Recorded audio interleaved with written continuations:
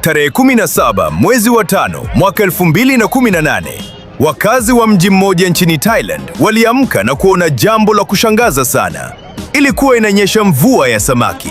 Ndiyo, samaki wa kweli, wakianguka kutoka angani, wakitua barabarani, juu ya nyumba na katika mashamba ya watu.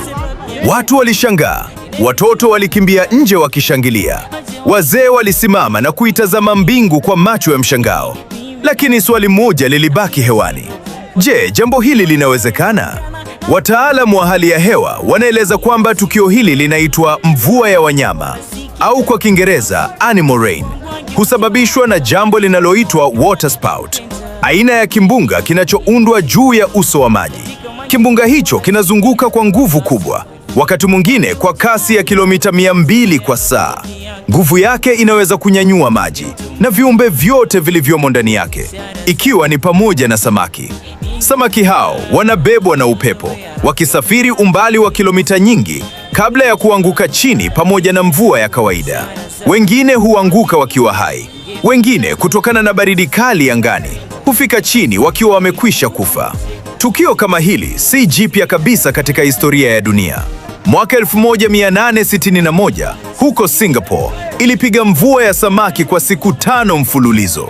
Nchini Honduras, mji unaojulikana kama Yoro umekuwa ukipata mvua ya samaki kila mwaka kwa miongo mingi, kiasi kwamba sasa wanaadhimisha tukio hilo kama sherehe ya kitamaduni. Na nchi ya Thailand yenyewe, hii haikuwa mara ya kwanza. Asili ina nguvu za ajabu, nguvu ambazo wakati mwingine huzidi uwezo wetu wa kuelewa. Mvua ya samaki si uchawi wala si ishara ya mwisho wa dunia.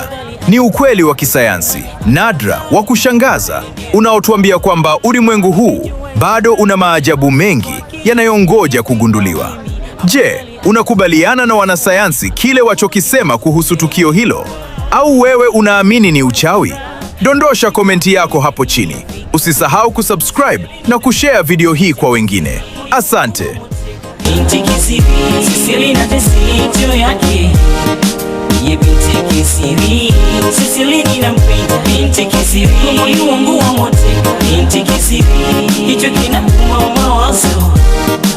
Binti kisiri, binti kisiwi yuko full, yani yuko bomba. Amendatisha Mnyamwezi na yake figa. Tatizo moja tu ambalo mimi linasibu, kila kukicha takiwaza misipati jibu. Nikimwambia neno I love you wala lijui, nikimwambia neno I need you halitambui, nikimwimbia nyimbo nzuri hata sikii. Bingu nasikitika kimona binti kiziwi, nikimwambia neno I love you wala lijui, nikimwambia neno I need you halitambui, nikimwimbia nyimbo nzuri hata sikii. Bingu nasikitika kimona binti kiziwi, hata kusema neno love you kwake halijui, hata kusema neno I need you kwake halitambui, hata kusema neno